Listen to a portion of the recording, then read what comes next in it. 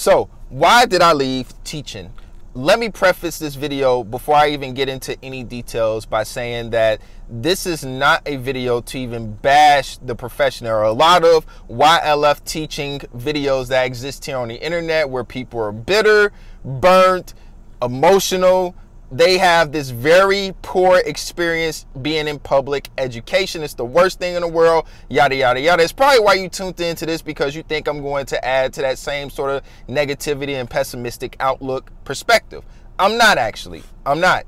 I actually enjoy teaching. I enjoy being in the classroom. I loved my students, all those good things.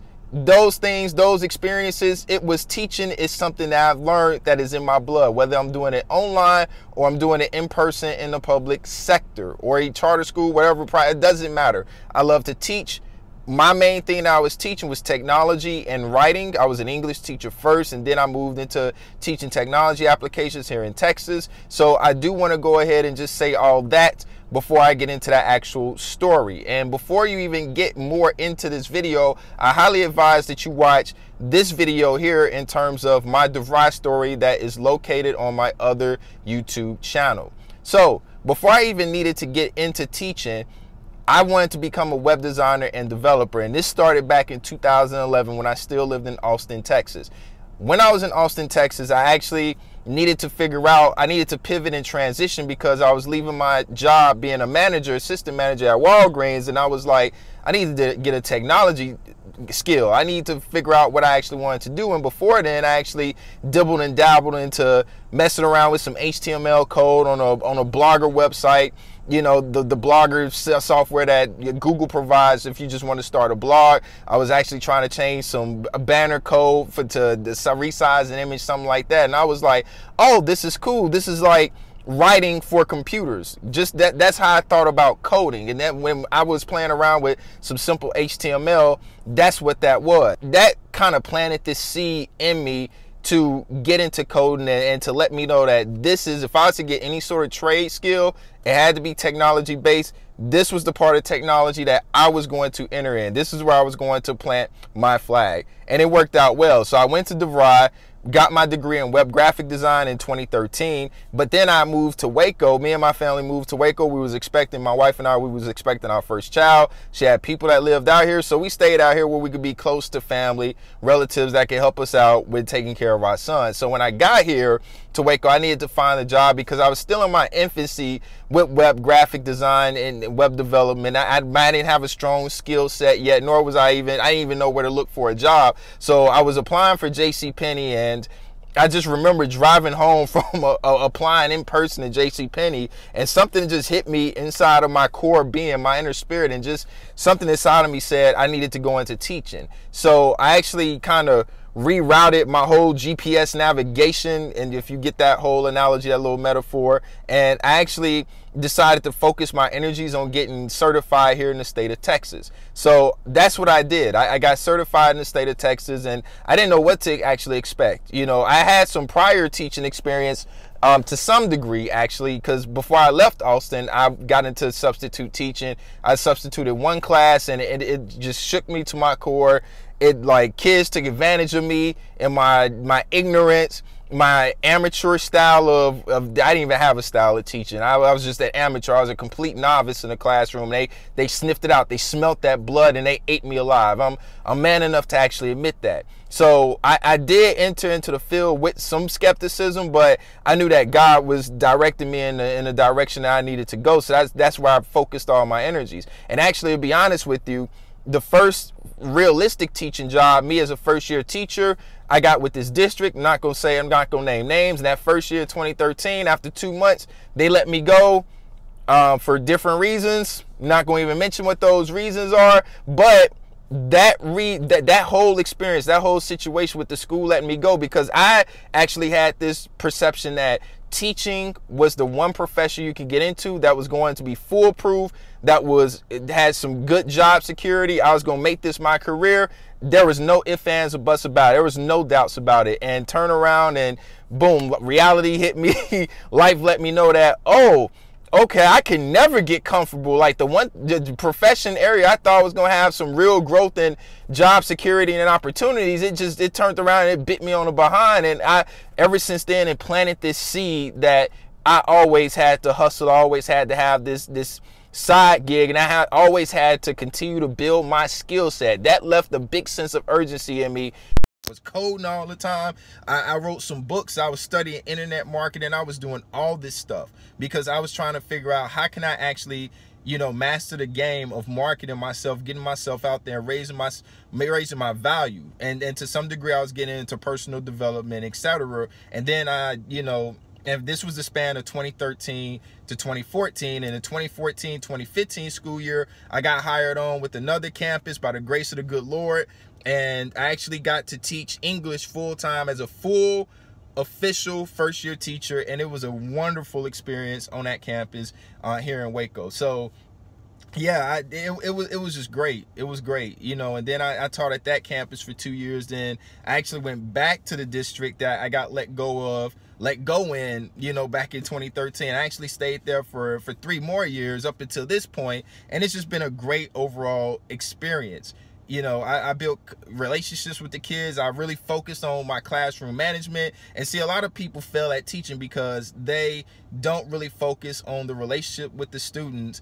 And from there, you can actually reach them with the content. You know, that whole saying of nobody, you know, cares how much you know until they know how much you care. And that's equally true in education. I taught in a Title I school, lower income school, where it was, you know, it was actually 33% black, 33% white, 33% Hispanic. Okay.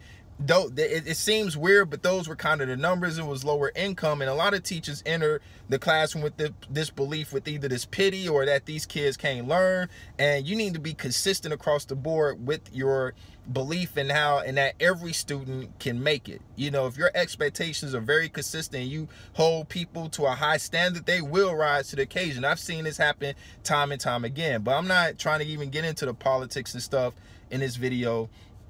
I really want to just kind of just let you all know that after having such a good experience in teaching, I've left because I finally got a position in my web design and development field. After 4 years of taking on projects for free, coding day and night, almost 4 hours a night, maybe not as consistently, but some months it would be just hardcore consistent. And most of my skills were project led. So if you're a teacher, you know, project-based learning, when you're in coding and you're in web design, you pick up certain projects, and those projects demand that you learn certain skills in order to accomplish it. So that's how I would develop and actually really pick up my skill set from that sort of vantage point. And so I finally, the Lord opened up a door for me. It was spring break. My wife gets a phone call from a local business around here. They're looking to expand their media, you know, they're looking to expand and have a media section to their already expanding business. And I interviewed with the guy, showed him what I've actually been doing over the past several years.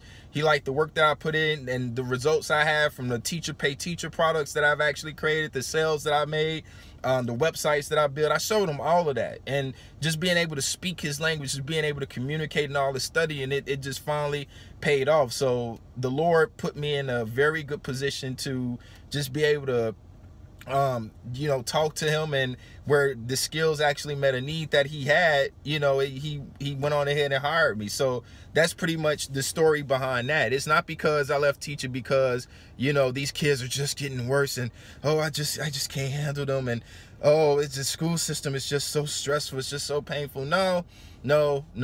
When I was actually in the classroom, I made it a point not to depend on the administration at all. I'm not going to sit up here and press that black button on the wall like, help, SOS, get me out of this classroom. No, it wasn't even that. I made it a point that I'm going to care and love about all my students, and I'm going to make this the best instructional experience that I possibly can. But first and foremost, I really wanted to get into the web design development field, and I wanted to be paid for all the work that I was doing. I finally was blessed to get with somebody that was willing to employ me, and I'd be able to be with the company that I can actually grow with in the long term, and we'll definitely see how things turn out. So that's why I left teaching right now. You know, it's because I'm pivoting and transitioning careers. Had this not happened, this door not had opened while I was out on spring break back in March, then I probably would still just be teaching in my what, 7th year going into teaching. So, and my 4th year at the same campus that I was at for the longest time right now.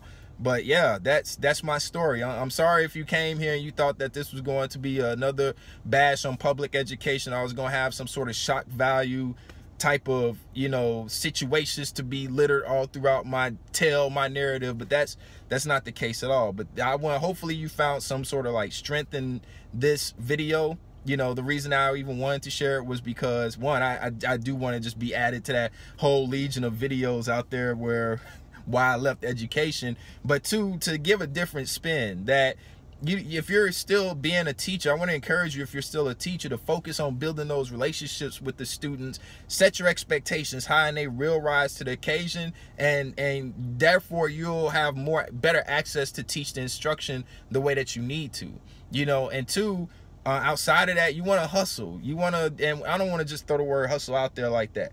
You want to be very smart in your strategy in terms of some secondary skills that you can pick up. Maybe you want to start a YouTube channel. Maybe you want to start editing some videos. You want to figure out a way that you can pick up some secondary skills that will bring into you a second income, because I'm telling you, just from my experience, not even teaching is a foolproof thing. Maybe you want to just learn how to manage your money better and do some investing and stuff, but you can also learn some skills that will also always bring you a set of revenue in, because you never know what kind of value you could bring to somebody else.